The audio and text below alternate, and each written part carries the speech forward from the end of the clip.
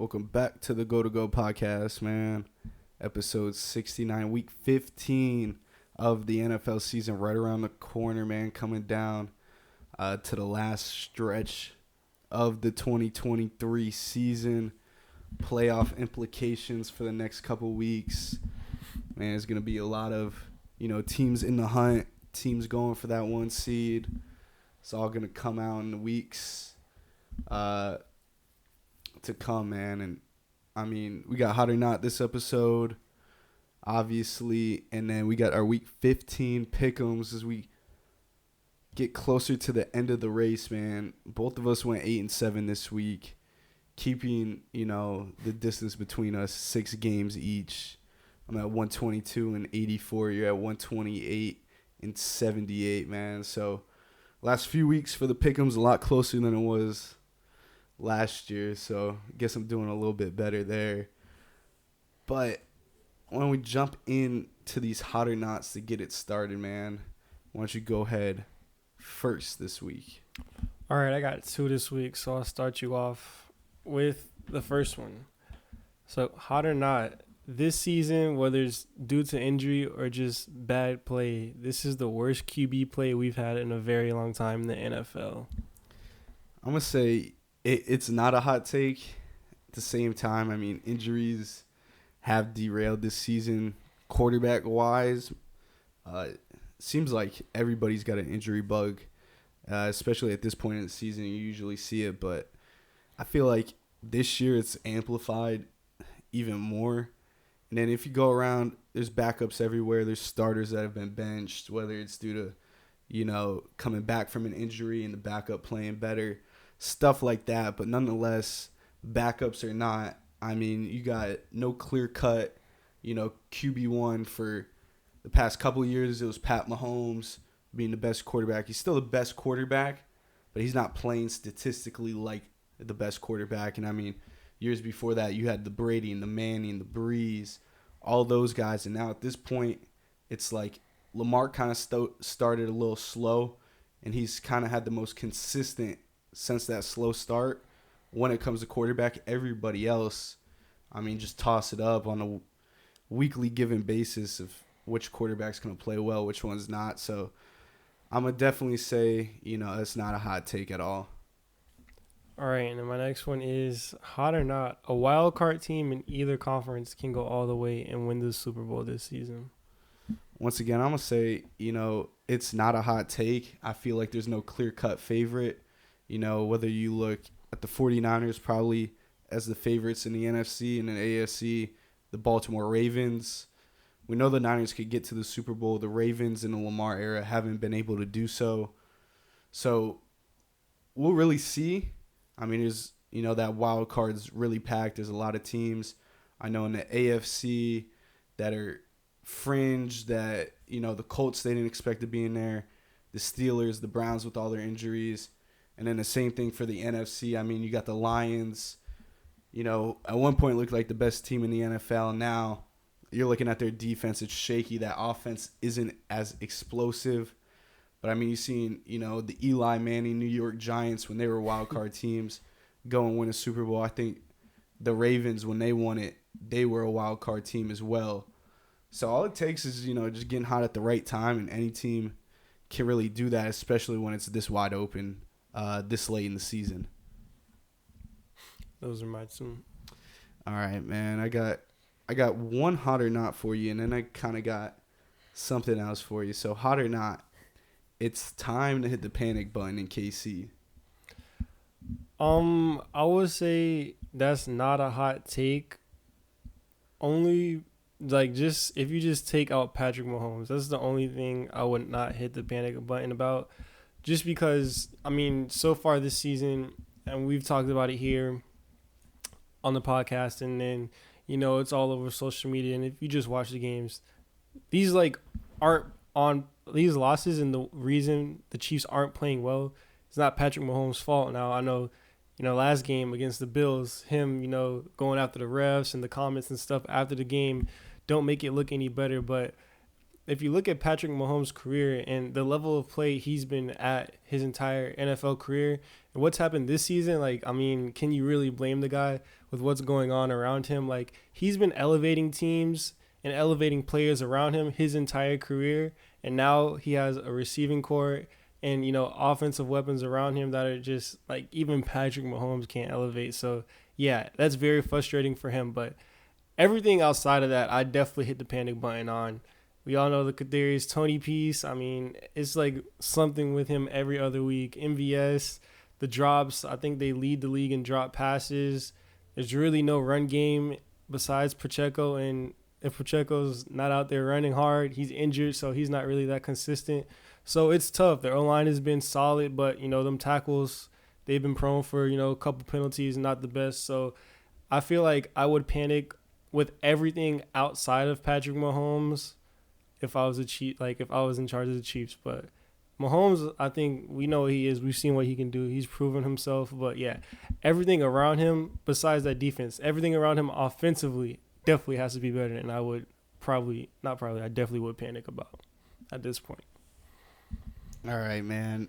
And then sort of a segment similar to Hot or Not, but I'm just going to ask you, fraud or not. I'm going to give you a team, and you're going to tell me, you know, at this point in the season, whether you think they are contenders or if you think they're frauds in this situation, you know. Okay. Super Bowl contender, champion, AFC, NFC championship contender, stuff like that. So the first team up, I got the Detroit Lions. Do you want me to just say fraud or not, or like give like a little like what I think about the team? Let me know fraud, and then you could dive in. Okay, considering everything like going on right now, I'd say they're frauds. I mean, Jared Goff, we've seen him play really good football, get his team to a Super Bowl when everything's going right, and then, you know, we see him get traded away when everything isn't going, you know, perfectly, and we've seen him play pretty bad. So I think right now he's somewhere in the middle, had a couple down games, but that defense is what worries me, man. They got a solid run game. Their O-line's been okay. I think it's pretty banged up right now.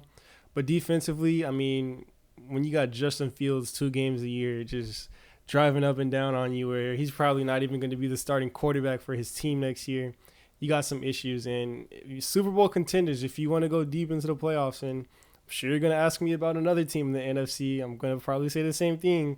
You got to have a defense. You got to be able to get stops. And right now, I don't think the Detroit Lions can do that. So I'm going to say fraud. And I think they need a little more explosiveness on the outside.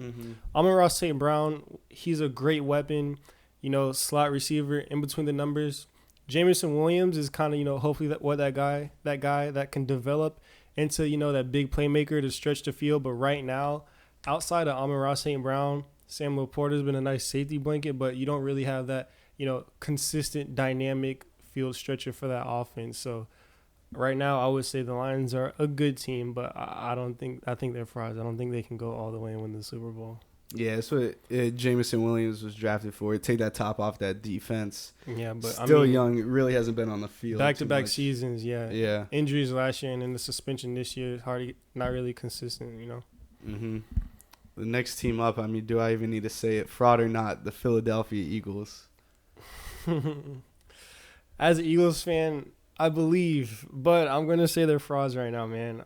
Listen, I watched that 2017 team, so I know, you know, what it takes to go to the Super Bowl, how you have to play. And right now, even last year, I just don't think defensively the personnel and play calling is nowhere near Super Bowl contending, even playoff level. And offensively, the personnel is just so good that they're able to overcome, you know, questionable play calling. There's been some, you know, rumbles inside of the building saying players are, you know, unhappy with play calling and the way that offense looks. And, I mean, it's super stagnant, very predictable. Guys just aren't getting open as much as you like to see. But, I mean, when you have A.J. Brown and Devontae Smith, their talent is going to get them open regardless. So I think they got a lot of question marks, you know, in the higher parts of the building, you know, not just talent, not just who's on the field offensively. And also, you know, Jalen Hurts, he's been banged up. But for this team, I think even if the defense was middle of the pack, they'd be so much better regardless of what's going on offensively. It's just tough. I think between, that San Francisco and Cowboy game, I think it was just like 11 straight scoring drives, like 10 touchdowns and one field goal, like some absurd number like that. But yeah, it's tough. And we talk about this great Eagles pass rush and, how last year they were on historic rate to sack the quarterback or whatever. And this year, the pass rush has also been super good. It's just, teams have had an entire season last year and then now this season to kind of like neutralize a pass rush. What do? Get the ball out quick. You saw what Brock Purdy and the 49ers did. They didn't, have any big shots down the field or whatever. It's getting the ball quick to CMC, to McCaffrey, Ayuk and Kittle, letting those guys, be playmakers in space because our linebackers and secondary, they're not going to make any plays. So if you get the ball out quick, neutralize the pass rush, that's the recipe to beat the Eagles. So, yeah, the Eagles have talent. I just think coaching and schemes and defense, like I just said with the Lions, man, you can't get a stop. You're not going to win games. I got two AFC teams left for you on the fraud or not. First one up, man, fraud or not. Jacksonville Jaguars. This team to me has been like the weirdest team. Like they come out one week and look super good, and then the other weeks it's just like, what's going on? They've been pretty banged up, but I think this Jags team is still a couple seasons away. So I'm gonna say frauds right now. I don't think they're contending for a Super Bowl. Trevor Lawrence, he's had a shaky season. I know he got banged up in that game last Monday night or 2 Monday nights ago now against the Bengals. But, he had a very slow start, like you said, got kind of hot towards the middle, and then injury doesn't help. But he hasn't been on the same page with Calvin Ridley. He's had an up and down year, injuries, and then once again, the defense has been okay at times, but still you like to see them step up and make more plays. I just think the Jags are a good team, but they just need, 1 or 2 more seasons to gel together. Really, his first year back with the suspension, Ingram, he's a solid tight end, but, I think that's another team that's just missing, one more player, one big superstar receiver on the outside to make his quarterback better. ETN in the backfield is solid. The Jag is just a weird team. Like they're a good team, but there's a handful of teams at this point like I think are better and I think will outperform them. So right now, I think I'm gonna say the Jags are frauds in terms of competing for a Super Bowl. The last one up, man. I threw your Eagles in it. It's only right. Fraud or not, the Miami Dolphins. I had a feeling you were gonna ask me this, and I'm gonna say not. Even after, an unfortunate loss against the Titans last night, not what you want to see. I'm going to say, injuries was the main thing there. You get Tyreek back healthy, so, it was good to see him come back. Hopefully, down the stretch, Tyreek can, not leave a game for 2 quarters and you can actually score points. A couple tough losses on that offensive line, which will be hard to to overcome, but as long as you have Tyreek Hill and Mike McDaniels calling plays, I think this Dolphins team has the chance to just kind of, flip the switch at any moment. McDaniels, we kind of talked about last week. I think, they definitely still have a couple plays, a couple schemes, some stuff still in their back pocket. They've been saving for this time of year that we might see, towards the playoffs where, winning in situations they have to win. And then Tyreek Hill, you can just see the difference when he's on and off the field. When Tyreek Hill is on the field, he just creates so much space, even if it's not for himself. He can run by anybody on the field, but, the coverages he brings, 2 people always rolling to him just makes it so much easier for those other guys to get open.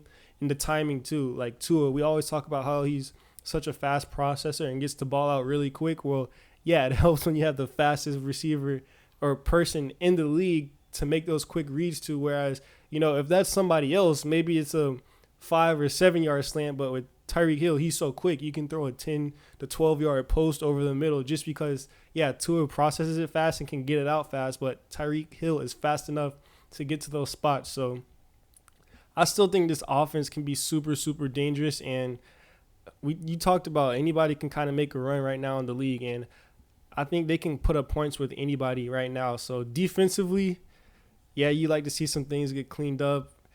Howard and Ramsey didn't have their best game yesterday. Hopefully, OPI, man.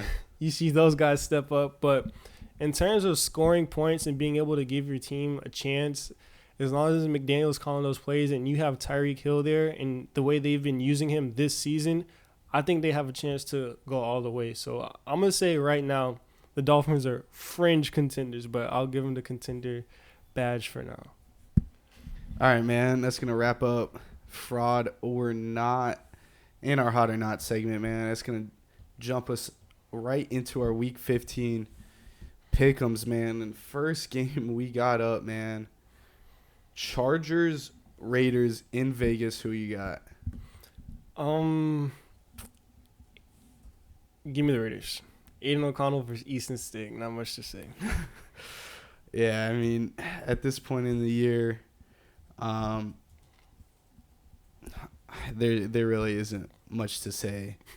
I mean, Aiden O'Connell, Easton Stick, you said it. This is Josh Jacobs versus Austin Eckler, who two guys having very disappointing seasons for their respective talents and what they can actually do. So that's another Thursday night game. I don't think anyone's looking forward to. Next game up we got, man. I think these are Saturday games, these next couple games. I think the Vikings, Bengals, Steelers, Colts, I think Broncos, Lions are all Saturday games. I could be wrong, but I think so. I mean, you might be right. Here we are, no college football anymore. Saturday games probably are back, and you're right. We got a 3 slate of games, and probably only one of them you want to watch. Vikings, Bengals. Before you go, Josh Dobbs got benched today for Nick Mullins. Who you got in this one? I'm gonna take the Bengals out of all these backup quarterbacks and injuries and stuff we've been saying. Jake Browning hasn't looked that bad, stepping in for Joe Burrow. 2 wins, was able to get a nice win against the Colts. Kind of turned it up in the second half last week there at home. So I think with everything around Browning right now, the way they're playing, leaning into the run game a little bit, I'm gonna take Cincinnati at home. I think they're a okay team and should be better than the Vikings, who got their best player back but just lost them again. So yeah, give me the Bengals. Yeah, I originally had the Vikings before I saw that Josh Dobbs news, and I mean the Nick Mullins. We saw him in San Fran when he was quarterbacking. I'm just taking Jake Browning at this point. You said it perfectly. The Vikings went 3-0 against the Raiders in the ugliest game of all time. And there's not much to say at this point. The Bengals, I mean, the Vikings are still fighting for, they're not out of the count yet, but this one on the road in Cincinnati, Burrow's probably giving up that box again for the Browning family. Give me the Bengals at home. And it's going to lead us to the 4 o'clock Saturday game, man. Pittsburgh Steelers in Indianapolis against the Colts. Wild card matchup right here. Who you got?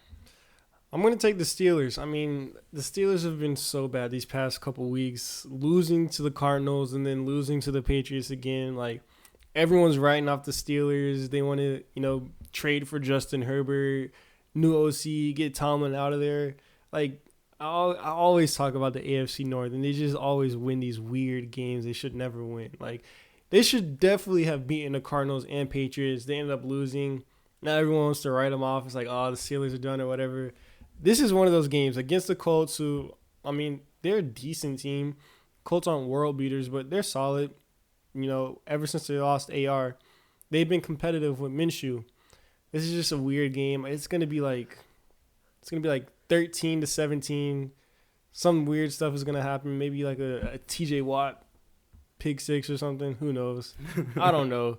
But I just feel like this is one of those weird games the Steelers always end up finding a way to win. And it's like, oh, they're going to find a way to be right back at 500. They lose 2 games to horrible teams. They get an okay win against a solid team. So they got to kind of balance things back out here. And I think the Steelers get a win on the road. I sort of agree with you in that it is a weird game, but on Saturday too, like, come on, bro. Yeah, I'm writing the Steelers off. I mean, you know this. I think they're Offense is abysmal, whether it's Kenny Pickett, Mitch Trubisky, which I said I don't know when it was, last week, 2 weeks, a few weeks ago. They're the same quarterback. They're in the same category. They're the same tier, whether Steelers fans like to agree with it or not. It is what it is. The Colts still without Jonathan Taylor, I think, next week as well. But the Steelers, I mean, there's not much to really go for or look for. I mean, we've talked about, the Pickens, Deontay Johnson, whatever it is. It's just, if it's not the defense winning them the game, they're really kind of stuck in the mud besides that one Kenny Pickett game in which Joe Flacco already has more 250-yard, 2-touchdown games than the Steelers since Big Ben retired. They were also chanting, "We want Mason Rudolph" on Thursday against the Patriots when they lost. We've seen him play. He's not very good at all. He's a tier down. Nonetheless, man, give me the Colts. I like the way they've been playing. They've been playing some tight games, finding ways to win. And it always comes down to that. You mentioned it's going to be a close one. I think it's going to come down to the end. And the Colts right now have the edge in being able to come out, compete, and being able to close out and win close games. They didn't do it last week, but I mean, they didn't do it last week, but they have in general. Who they even? It was the Bengals. Yeah, I mean, yeah. Brownie turned up on him in the second half. Don't think Trubisky doing that at all, so nothing to worry if you're a Colts fan. They get the edge on the Steelers in the wild card with this game, which is going to lead us to the Saturday night primetime game. Probably the only good game on paper-wise. Denver Broncos travel to Detroit to play the Lions. Who you got there? Yeah, I think this should be a good competitive game, but I like the Lions to bounce back at home, get Jared Goff back in that dome. He'll put some numbers up, so I'm going to take the Lions here. Yeah, I agree with you. Jahmyr Gibbs finally, getting his workload going. They were only able to put up 13 points, like what I saw from him. David Montgomery, too. We know the 1-2 punch there. The Broncos, they've been on a hot streak, man. I'm not counting out the Broncos. I think it's going to be a really good game. And I think they do have a chance to kind of compete with the Chiefs right now. They're a game behind in that AFC West and as well as the AFC wildcard if it comes down to it. Nonetheless, I'm going to take the Lions at home. Jared Goff in that dome. You know how well he plays. And then the Lions sort of come back and, back on that fraud watch, but on the good end of the fraud watch. So give me the Lions at home. It's going to lead us to Tommy DeVito, Monday Night Hero, on the road in New Orleans against the Saints. Who are you picking for this one? I like the Giants here. Derek Carr is apparently playing with 8 injuries now, like 5 broken ribs and concussion protocols, banged up shoulder, but they still just trot him out there. So I guess he's good to go. Regardless, I mean, even without all those injuries, that Saints offense has definitely been, hard to watch. Not the most explosive offense in the league. Whereas, I don't know, man, the Giants, it seems like they're not a good team, but they're just at the point in the season. Brian Daboll, we know how good he can be with these quarterbacks. Talk about Josh Allen, his best year. I got all the hype, and then got Daniel Jones paid last year. So now he's looking to, get good in with the Mafia. He's got Danny DeVito playing some great football. Tommy. Yeah, he's got Tommy DeVito playing great football. And they kind of played just careless, just, Daboll after the game was just go out there and rip it. So I think that should definitely put up a lot more points than, injured, barely holding on Derek Carr. So I think the Giants get a fun win here. So he's listed as concussion /shoulder/ribs officially on the injury report. And my hope is that he does not play on Sunday and the Saints get a win at home. Jameis Winston, that hometown crowd loves him. You get Jameis, you get the Taysom Hill packages. I don't see why they're even playing Derek Carr at this point. If he's, your franchise quarterback you sign and you're trying him out there this injured, I mean, it's to the point where he said no one knew I was playing with 2 broken ribs or whatever it was. Just let the guy sit down, man. He's getting, booed by the city of New Orleans. Like, they hate him, and they want Jameis. When you know what Jameis is, bro, but they just know it's better to watch than Derek Carr. So, Jameis Winston starting quarterback on Sunday.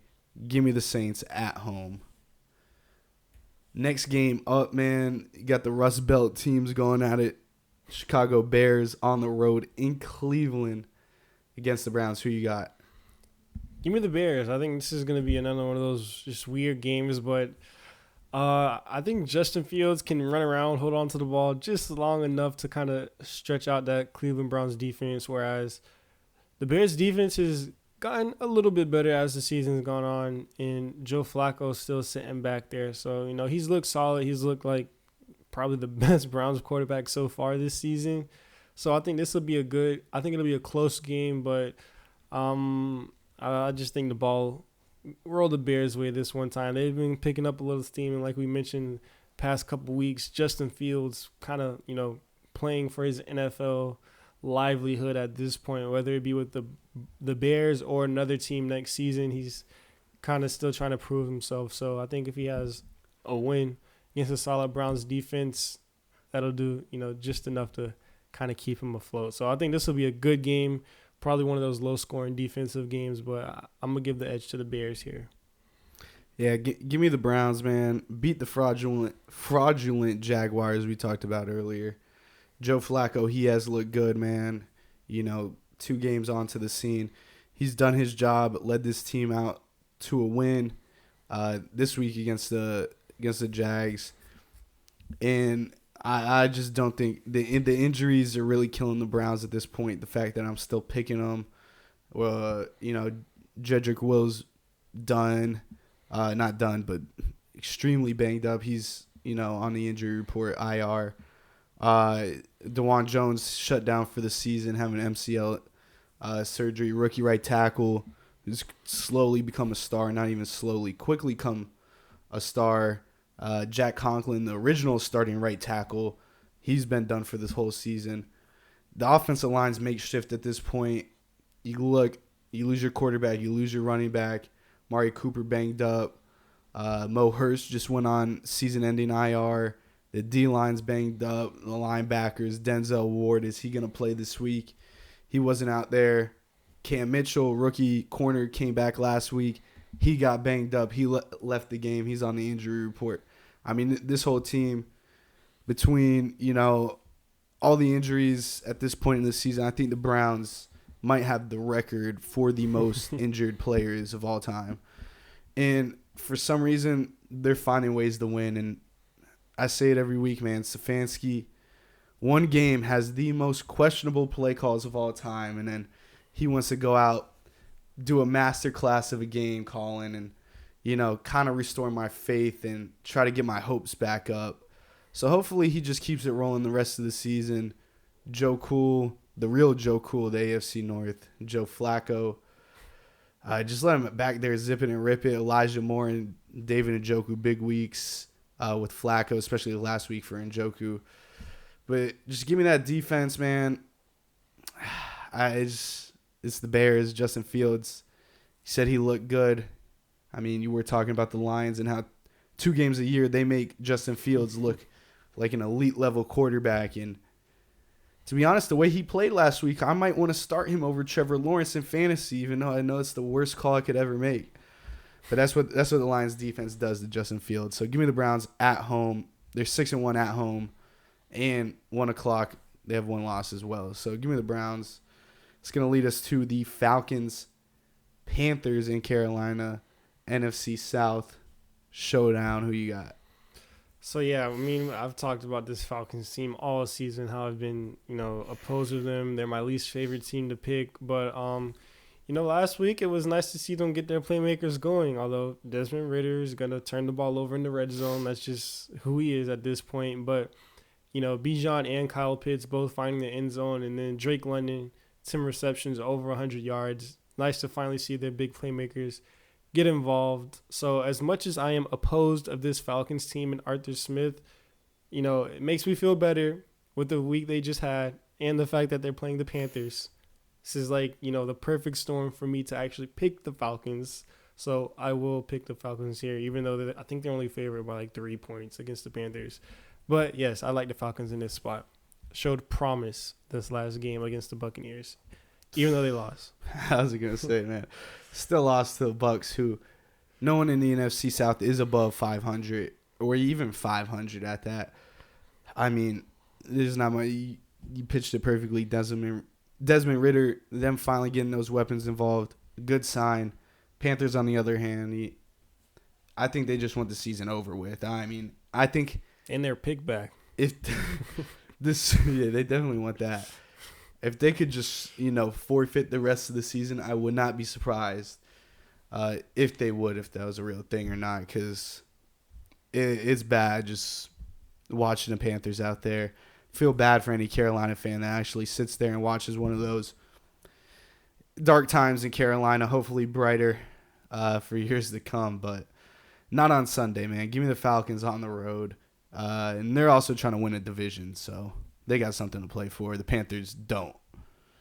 Next game up, man, the other team fighting for that South Division, Tampa Bay Bucks, go to Lambeau to play the Packers. Who do you have here? I like the Packers. So tough loss against the Giants on Monday night, but Jordan Love showed a little moxie. He showed that he's capable of going down and executing that little 2-minute offense. Got a touchdown there at the end of the game. So nice to see offensively. Defensively, you just like to see a stop against DeVito and the Giants.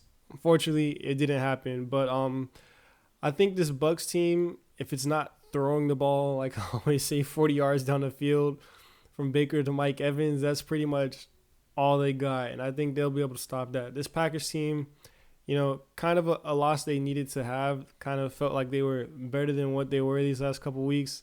Had some nice wins. So get the defense back right at home in Lambeau. We know how it gets. Warm weather team going up there to the cold outside games is always tough. So I like the Packers here. I don't think the weather is going to play that much of an issue.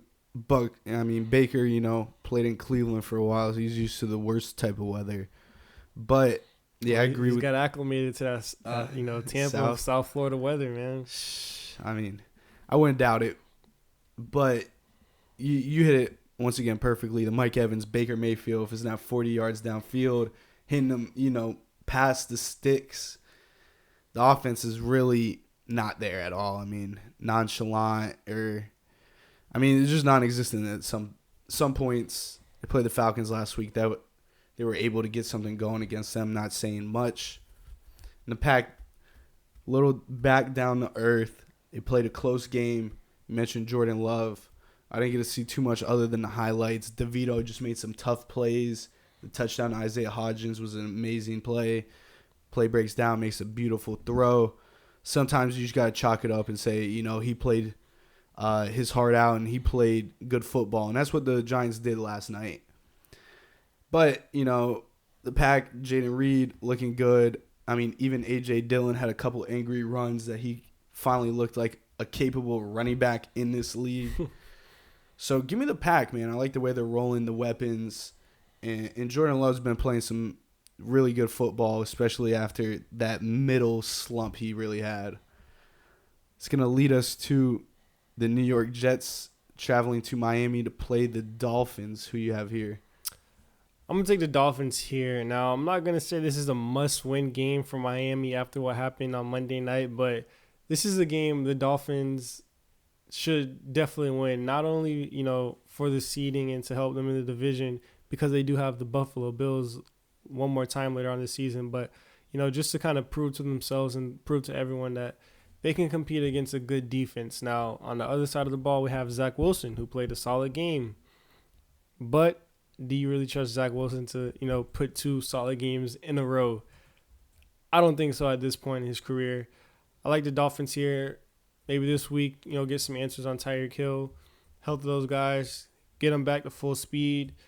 And I'd expect the Dolphins to kind of, especially after that loss they took, this is one of those look in the mirror moments, kind of, take that loss they might have, maybe they kind of needed to get them back on track. Little humbling moment for the Dolphins, but against a solid Jets defense, I think they go out here and try to prove a point and prove that they are still competitors and still looking, to be a legitimate playoff team in the league. So I like Miami here. Yeah, I don't think they needed to lose that game. And I honestly want to see Tyreek Hill sit out this game. I'd love to have him hit 2K yards. But if you're the Miami Dolphins, I know Tyreek Hill's one of the best receivers on this planet. You got to find ways. Jalen Waddle, he was getting involved early when Tyreek was out there. Even when he got hurt, it was, Jalen Waddle was getting most of the work. How it should be. He's a true, talent in this league. But other than that, they went to Ced Wilson a couple times and then stopped. It was like, first off, Braxton Berrios, I don't know what he's doing on the field. He's really just non-existent. You know who they need to bring up, man? Oh, it's crazy. I was at the game, man, and I saw him, and I called him Robbie. I didn't call him Chosen. I said, put on some pads, bro, because they needed him. At this point, I wouldn't even be mad at it because you got, they're not getting anyone. Craycraft, he's not even getting on the field to see it. He's decent at sometimes. I think Enzu Zama's on the IR. He's done. But it's a real drop-off. And if that first read isn't open, these receivers, when the plays are breaking down, I know Tua's not really finding them, but there's not many guys open. It's hard to see downfield a little when you're at the stadium, but there wasn't a lot of guys open. There wasn't separation. There was times where I'm going to question Tua, and I am. But those receivers, after those top two, it really drops off in a big way. And they got to find a way to put it together. So I think if Tyreek Hill sits out, they're able to find that offense outside of Tyreek Hill. The run game's perfect. Achane, Mostert, they do their job. They look good. But, it looked bad. And then Tua, on the other hand, I was saying it. I was like, has there ever been a good Alabama quarterback to ever do it? You said Joe Namath, and, he's literally the only one. You got, Jalen Hurts, Tua, both right now, their plays being questioned, especially after the weeks they had. Hurts claims Oklahoma also. So. He did go to Alabama. But, okay, if you want to claim Jones. Hurts, exactly. It's not a good look for these Bama quarterbacks. AJ McCarron. I don't even know who else was. Bryce Young. It's not looking good for him either. So it's a tough Tua, plays break down, and his eyes don't stay downfield. That's the problem that I saw from Tua is the pocket collapses. He runs around and he's trying to break sacks like he's, Ben Roethlisberger in the pocket. And it wasn't working out. And my only thing is 4th down, 30 seconds on the clock. You go to try to make a play with your legs. You see a guy coming towards you. You're not even going to attempt to just chuck the ball up in the air, throw a little pick. I could care less. Give somebody a chance, and they didn't take a sack. And I also blame Mike McDaniel. There was a play where they challenged, I think Tajay Spears was like downfield or something, made a catch, hit stick, fumble. They were questioning if it was a catch or not. I clearly saw it wasn't a catch. Not like I had the greatest angle. That was a catch. Not like I had the greatest angle. Fans were chanting, throw the flag. That timeout ends up coming back to hurt them. They could have called that timeout on 4th down when they really needed it. 30 seconds left. Get a play you like, settle the team down. But they were out of timeouts because they decided to use that challenge. Mike McDaniel also questioned his red zone play calling. You got, 2 downs, and you could have had 2 downs. 3rd and 3, 3rd and 4. You're throwing a fade to Cedric Wilson. You're number 4 receiver on the roster. So, no disrespect to Cedric Wilson, but hand the ball off to Mostert. He had 14 touchdowns entering it. You got Achane, who's been balling the rookie. And instead, we're going to our he really the number 5 option. I throw the ball to Alec Ingold before I throw the ball to him. So nonetheless, man, it's just ugly game all around. Vic Fangio, I don't know how you let Will Levis, not once, but 2 times, go down the field and score a touchdown, score a 2-point conversion as well on your elite defense. It was really bad. Horrible horrible loss. I don't think it gets worse than that one. So Dolphins got to figure it out. Give me them at home. Should be able to beat the Jets, but I got to see something from Tua this week for sure. Next game up, man. Chiefs, Pats in Foxborough. Who you got also? I've been saying it since early on in the year. Rumors swirling ever since that Germany game that this is Bill Belichick's last season in New England. So who you got for this game? And, of course, any comments on that, too?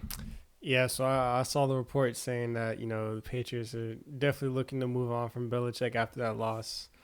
I mean, we'll see what happens this offseason. There's just been, this has been like this season from hell for the Patriots, so it wouldn't be surprising. Get the, you're going to have the top 3 draft pick, bring in a new QB, new regime, kind of start things over. Although, they're saying the coach they're looking to bring in would be from the Belichick coaching staff. So who knows what's going on there? Ever since Brady left, it's been weird up there in New England. But regardless, they got the Chiefs. And speaking of Brady, when he was playing for the Patriots, this game was always super fun. Chiefs versus Patriots was always one of those, big shootouts. You get to see Patrick Mahomes against Belichick in that super good defense, and then you throw in Tom Brady into the mix, and we saw a lot of good games from these two teams. Well, both of these teams right now are kind of in very different places. Regardless, Patrick Mahomes is still there. So the Chiefs, they've been kind of shaky these past couple weeks. I think Patrick Mahomes himself will be good enough to beat the Patriots and whoever they have trying out there under center. So give me the Chiefs here. If this is a game the Chiefs lose, then we got some real questions. But regardless, Pats coming off of a great win against the Steelers, who they, quote unquote own. Give me the Chiefs. Also, one thing, Connor Williams for the Dolphins going down with that injury. Liam Eichenberg is not a center. And for the Chiefs, I mean, if they lose this one, I think Patrick Mahomes needs to look at that Shohei Ohtani defer the contract. I know that's not a thing in football, but he's got to figure out something because they might need to pay a receiver and pay them quick if they can't beat the Patriots. Yeah, that or ask LeBron for some tips how to, team build and start demanding stuff. How to be le GM. Yeah, yeah. Start just getting guys out of there, speaking up, That was a good one, man. I mean, but give me the Chiefs. I know the Pats got to win. They also news out of New England. Malik Cunningham signed with the Ravens. Match made in heaven. Yeah, I don't know. They're just going for just athletic quarterbacks. They've top to bottom. I mean, they had Tyler Huntley as a backup. Now they're just like, might as well keep the system the same when you switch quarterbacks if you ever need to. Regardless, give me the Chiefs. Somehow Zeke had a nice game last week. Not really buying this, but I don't think this should be a game at all. So we'll see. That Pats defense has been playing real well this season. I will give them that. They have. But that offense is bottom of the barrel, if not the bottom. So it's gonna move us to the Houston Texans in Tennessee against Will Levis, the comeback kid, and the Titans. Who do you have here? I like the Texans here, pending CJ Stroud's condition. I know he got banged up in concussion protocol in that game against the Jets. So if he's able to make it and he's able to clear protocols and play this game, I like CJ Stroud, man. The way he's been playing his rookie season so far, we talked about this bad quarterback play. He's been looking like, top 10, top 5 quarterback. He's been up there in that conversation playing super elite, really good football. Loss of Tank Dell Hurts, and they had a bunch of injuries in that Jets game. So, that Texans health will definitely be, something to keep an eye on. And the Titans, you just mentioned, super, super impressive comeback on the road against a good Dolphins team. It was, nice to see the Texans finally have some life. And, against the Dolphins, I was it was the first touchdown drive or whatever with Will Levis. He got banged up. They were on the sidelines checking him out. I'm like, oh, so this is where Tannehill comes in, his little revenge game against Miami. I was waiting for it. I thought that'd be, super funny. But regardless, I think the Texans, they got Vrabel. We always talk about he's one of the best coaches. He gets those guys fired up. D-Hop, he finally has a quarterback that, just trusts him at this point. And we've seen, that one play before halftime and multiple times throughout that game, Will Levis is not afraid to just throw it up and give D-Hop a chance. And usually, or most of the time, something good happens. So I think this could have the makes to be a fun and exciting game. Hopefully CJ Stroud and those guys from the Texans are able to go, because if they do, I like the Texans here. Yeah, I mean, I was kind of hoping for a little Ryan Tannehill action. It would have been a nice little storyline, but I mean, the Titans, I'll give it to them. They didn't play good football. They kept themselves in the game, though. And then at the end, Will Levis and that offense, they turned it up and just picked apart that Dolphins defense. And similar to the Packers, in the way they finished the game, the Dolphins defense did the same, trying to keep things in front, end up letting them drive down the field. And now here you are in the red zone, just trying to get a stop, and that's the money zone. And they were 0 for 2 in that last 3 minutes. So it was pretty ugly. CJ Stroud or not, Davis Mills at quarterback. Just don't see the Titans winning 2 in a row. Somehow their offensive line held up a pretty good job doing that. So once again, the Dolphins offense, if it's not, Jalen Phillips, who's out with the torn Achilles now, getting pressure. Van Ginkel was non-existent. I've had high praise for him this year. Wilkins got in the backfield. Chubb made some noise. But nothing to rave about, especially against the O-line as bad as the Titans. I expect Will Anderson to have different results this week, so give me the Texans on the road. Davis Mills or C.J. Stroud. Give me Houston. Next game up, man, San Francisco 49ers in Arizona against the Cardinals. Who you got here? I'm going to take San Fran, arguably the best team in football right now. They're just clicking on all cylinders. Cardinals, should make this an interesting game. Kyler Murray, he's always fun to watch. He's, good for a couple big plays, explosive plays throughout the game. But I just think this 49ers team is way too good. They'll overwhelm the Cardinals, and San Fran should get an easy win here. Yeah, I'm right with you. Not too much to say. 49ers should handle business here. It's going to bring us to the next game. Washington Commanders on the road in L.A. against the Rams. Who you got? I'm going to pick the Rams here. Coming off of a super, super close loss against the Ravens in OT, punt return, one of those killers, man. But, this Rams offense, guys getting back a little healthy, they've been pretty explosive. They've been able to move the ball and put some points up. I think they put, 30-plus points up on one of the best defenses in the league, in the Ravens, in, not ideal conditions. So that just shows you how Stafford and that connection he has with Kupp and Puka Nacua. And then also we talked about that big emergence of Kyron Williams. He's been super big for that offense, kind of take the pressure off of those guys and able to, work Stafford off of play action, which he's so good on. So, really tough, really competitive game against the Ravens. Rams are one of those teams, we thought coming into this year they'd be, playing for that number 1 pick. Now they're kind of playing some of their best football, and they're looking to be one of those teams to make a wild card push here, playing some of their ball in the right times of the year. So I think, the Commanders, Sam Howell, it's kind of the same thing with this team every single week. He'll throw the ball 45, 50 times. He'll have a bunch of yards. He'll be sacked 6 or 7 times. Won't be fun for that team. But regardless, I think this Rams, this offense, they've clicking. This is going to be, not a get-right game, but a bounce-back game.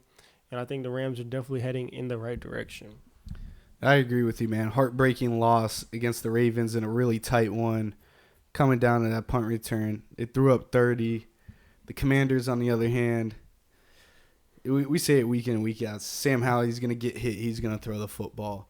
That's how this offense is. And, you were higher on the Commanders. I'm not going to say high. You were higher on the Commanders than I was, being an NFC East watcher. Well, I've kind of, been high on that Rams offense. They've been playing good. Aaron Donald, not you know, the best defensive player, uh, flat out like he used to be. But I mean, he's still Aaron Donald, still makes plays, still causes havoc up the middle. Solid piece on the defense. And that offense, I mean, the weapons, those guys have been playing, especially since Kyron's been back in the backfield. This Rams offense looks very explosive. So give me the Rams at home. Probably be more Commanders fans even there if there is Commanders fans, no doubt. But Rams at home, they should get it done and get a win here. Next one up, Dallas Cowboys travel to Buffalo to play the Bills, man, and probably a game that's not going to have, very fair weather. Yeah, I just think the Cowboys right now they're probably I want to say the best team because I think you give that to San Fran, but in terms of just the hottest team, clicking on all cylinders, offense and defense, playing super super well right now. It wouldn't be crazy to give it to the Cowboys, man. Coming off of a big divisional win against the Eagles to jump in, kind of being in the lead for that division, fighting for the 1 seed. So this Cowboys team, Dak Prescott playing the best football of his life right now. Not 2016, but this is looking better. It's got CeeDee Lamb, that offense, those guys, they're just playing great football. And the Bills, they've had some tough losses this season, but it seems to be they're heading in the right track. It just seems like every week they just got, tough game after tough game. You talked about the Eagles and the gauntlet. Bills are kind of right there with them. They had the Eagles, then the Chiefs, now the Cowboys, who are one of the best teams in the league. So, nice to get the Cowboys at home out of that, Superdome and Jerry World. But I think this will be a good game. I think it'll be the Bills, they'll put up a solid fight, but I just think the Cowboys are playing too good of football right now. They're one of the best teams, and I just think they'll be just a little too much for the Bills to handle, who when they win, it seems like they just, squeaking wins away. And when they lose, it's like they're just right there. So regardless, it's like it just can never go right for the Bills regardless. Tough loss against the Chiefs, or tough win, I would say. Not even loss. They won, but did they really win? Kind of gave up, a crazy play at the end of the game, got saved by, Kadarius Toney doing Kadarius Toney things, lining up off sides. Whereas, kind of just like sigh of relief. It's like the Bills finally get one to go their way. So, maybe they can get one to go their way again this week. So, I mean, they were kind of due. But especially after last week, kind of like the Bills Super Bowl, beating the Chiefs. Always seem to beat them in the regular season. But I think this Cowboys team will be a little too much for them. So, I think Dallas gets a solid win here and continue to roll. Yeah, I don't know about, Dak and the northern New York weather come December, but you mentioned, the Eagles' gauntlet schedule. Well, the Dolphins got it coming up because after the Jets, they face the Cowboys, they face the Ravens, and then they face the Buffalo Bills. So, worst case scenario, at least the Dolphins win the AFC East. Get a little Bills loss here, give a little more error room for the Dolphins here. So, I mean, really, Josh Allen, up and down season. They looked good last week. But you also mentioned they were, 3 inches. Kadarius Toney slides his foot back. It's a different outcome of the game. Maybe Josh Allen drives down the field to win it for him. Who knows? Coin toss. Don't know what's going to happen there. But you mentioned the Cowboys. They've been looking right. I mean, Dak's been playing MVP front runner at this point. I don't think, it's between him and Purdy right now up in discussion. Nonetheless, it's hard to pick against the Cowboys at this point.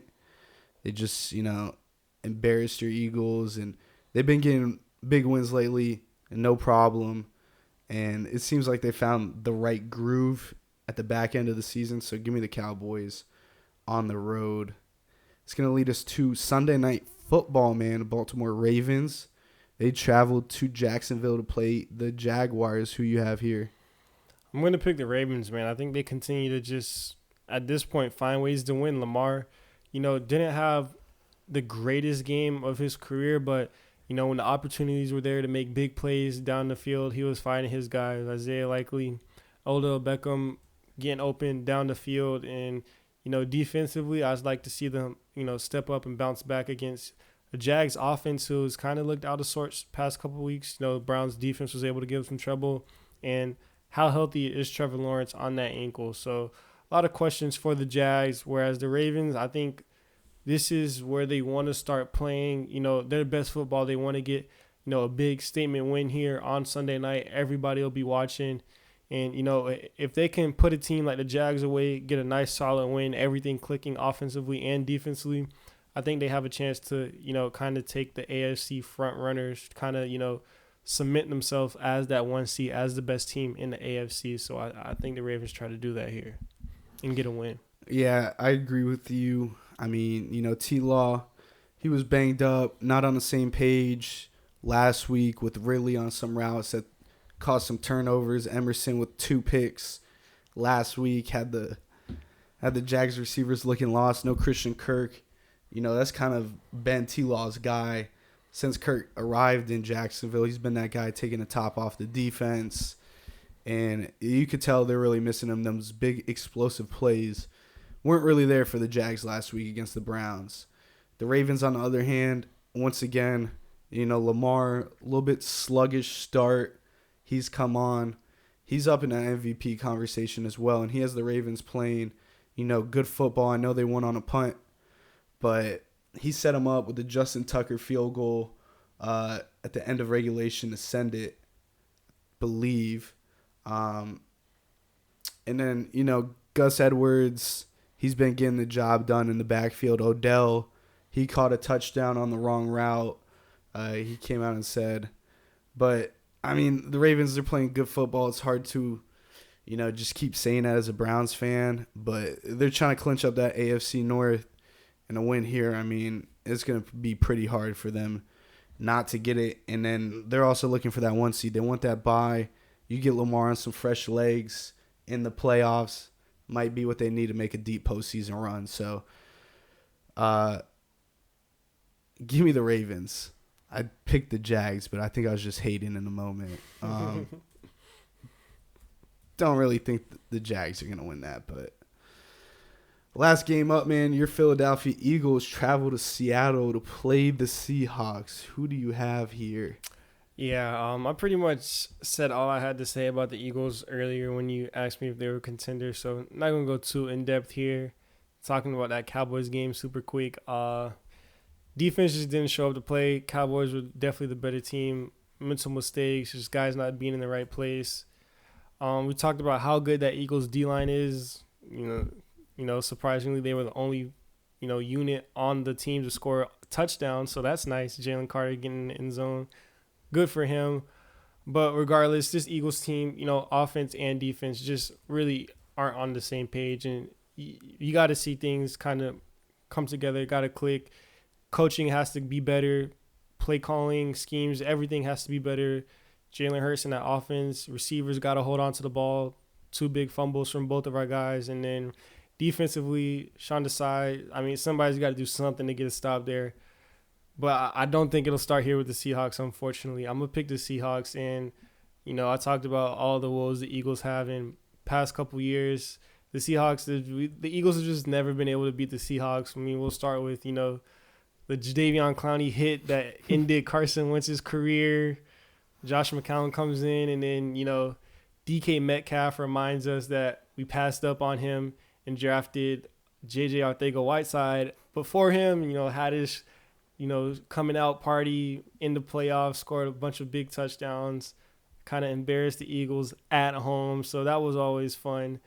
The Seahawks team, we just can't seem to beat. So if Geno Smith is back there, I definitely don't like our chances. That defense, that secondary, Seahawks actually have some solid receivers. They'll definitely be able to move the ball. If Drew Lock starting, I like our chances a little bit more. Maybe I'll pick the Eagles, but dark times right now for a Philadelphia Eagles fan. So I don't see it getting better this week. I'm going to pick the Seahawks. It's kind of crazy, man, because I am going to go ahead and pick the Eagles just because the Seahawks, I mean, they've been a wild card all season long. Which Seahawks are you getting? Yeah, sure, they're at home. They got the 12th man. Not really buying into it at this point. DK Metcalf, I mean, DBs are in his head at this point. You know, Oh, this will be the week for him to get right. I'll tell you that. it is the one for him to get right. But I mean, play a little mind games on DK, do a little, little chippiness. He's gonna give his reactions, and hopefully this week, he kind of learns from it, dials back his emotions. But he's been a player like this his whole career, so it's really nothing new that's just come onto the scene this year. The memes that have been put out, DK Metcalf just fighting a DB 20 yards downfield when a run play is happening. I mean, they come from a point, and when it's a focal point in practice to kind of get into the head of DK Metcalf is becoming a problem. The Eagles, I don't think they look right at all. The reason I said there's no good Bama quarterbacks is because both Tua and Hurts really letting, Bama Nation down, even though he's a boomer sooner, he claims, or whatever. He doesn't look right either, but once again, it's the Seahawks. I think you mentioned, when you have those guys and the talent, you're able to get some wins. I still think they do that this week and kind of just rely on big plays to bail them out and the talent and the skill set. Maybe a couple tush pushes, but I don't think it's looking good for the Eagles right now. And you were high on the Dolphins being able to play. Well, I put the Dolphins and the Eagles in the same boat at this point. It's hard for me to say as a Dolphins fan. It's shaky times. I don't think the Eagles, postseason hopes are exactly what they hope to be, but I think they get a win here, kind of add support to their lead in the NFC East because they really need it because Dallas is on that hot streak, and the Eagles kind of been, glimpsed the last 2 weeks. They need a win. I think they get one on the road. I think it might revive those guys. Sirianni gets a dub. Give me the Eagles on the road, man. The only thing I'll say is you mentioned DK Metcalf and, getting in his head and stuff. Well, yeah, the 49ers can do that because they actually play defense and, they've been beating, teams convincingly.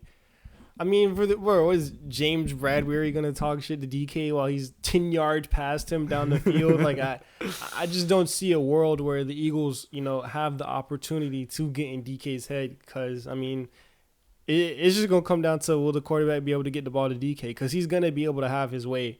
Every single receiver has, since week 5, week 6, even then, Puka Nacua, week 6, whatever, against the Rams had a big game against the Eagles. So number one receivers have been able to have success. DK, one of the most physically gifted and just one of the better receivers in the league. I'm sure he'll have a couple big plays. There's no one on this Eagles team that can remotely come close to guarding him. It'll be ugly, I think, defensively. It's just going to come down to can the offense get on the same page? Can they, play perfect football and limit mistakes? Because that's what they're going to have to do when the defense is playing as bad as they are and, the points are just being handed to other teams. The offense has to kind of elevate, and the past couple weeks they just haven't been able to play perfect football. So, unfortunate, but yeah, some things definitely got to change for this Eagles team to get to where they want to be, like you mentioned, which is a Super Bowl contender. They're nowhere near that right now. That's going to wrap up Week 15 pick'ems, man. 4 weeks left of the NFL regular season coming right down to the wire. Going to be, obviously, next 3 weeks as well. Last week when we were on the podcast, you asked me who you got in the in-season tournament. I went, said the Pelicans. You went ahead, said the Lakers. The Lakers embarrassed the Pelicans in the semifinals, and LeBron wins the first in-season tournament. So I guess we put your name in the rafter for predicting one of the last 4 teams to win it. 4.5 rings. Yeah, you were telling me this the other night. What, they're calling it a half ring? Yeah, 4.5 rings for LeBron. Hanging up the banner in LA. That I saw they actually are doing. No, yeah. They're going to each in-season tournament. It's going to be one banner, but they'll just add the years to it. Won't be a different banner. I mean, I guess I kind of like it. If this is going to be something the NBA's trying to push, it's a good little start. And the players, they liked it. This in-season tournament ending, it was electric. It was, something you don't see in December basketball in the NBA. So, shitting on it at first. NBA did their thing. Adam Silver, maybe a W in-season tournament after the first year, but we'll see how the next few years kicks off as well. Success so far in the first year. If, you got any different takes or agree with it? No, the biggest thing was just, have basketball be able to rival the attention of football and, the traction football has during this time of year. And I think the in-season tournament definitely did that. A lot more eyes on basketball, kind of give the players, and I think most importantly, casual fans something to look forward to kind of towards the middle of of the long 82 game season. So I think it's smart, kind of splits the season up into 2 seasons. That way, in the beginning, look forward to the in-season tournament. And then once that's over with, kind of, football finishes up, then, you get back into the regular vibe. Playoffs around the corner in the finals, which, they dominate those couple months. So I think it did its job effectively, man. Got more eyes on the NBA, got more people talking about basketball during November, December. So so far, I think, they accomplished what they went out to accomplish. I agree with you. I mean, partially being the Thursday night game, Patriots-Steelers, I was watching the play-in game instead. I didn't watch the Patriots-Steelers. I'd rather watch the play-in game, and I had more enjoyment doing that. So there's not too many times I'd pick a basketball game over Thursday night football. So, yeah. This year, probably every Thursday I'd pick a basketball game over. Something's got to change, man. They start flexing some of these Thursday night games. I know they technically really can't do that, but they need to. Any last comments, takes, concern, anything? Covered it all. All right, man. Go episode 69. Go ahead. Go pod on TikTok. Go YouTube. Like, comment, share, sub. Apple, Spotify, all that. Y'all tune in. And until next week, man, peace.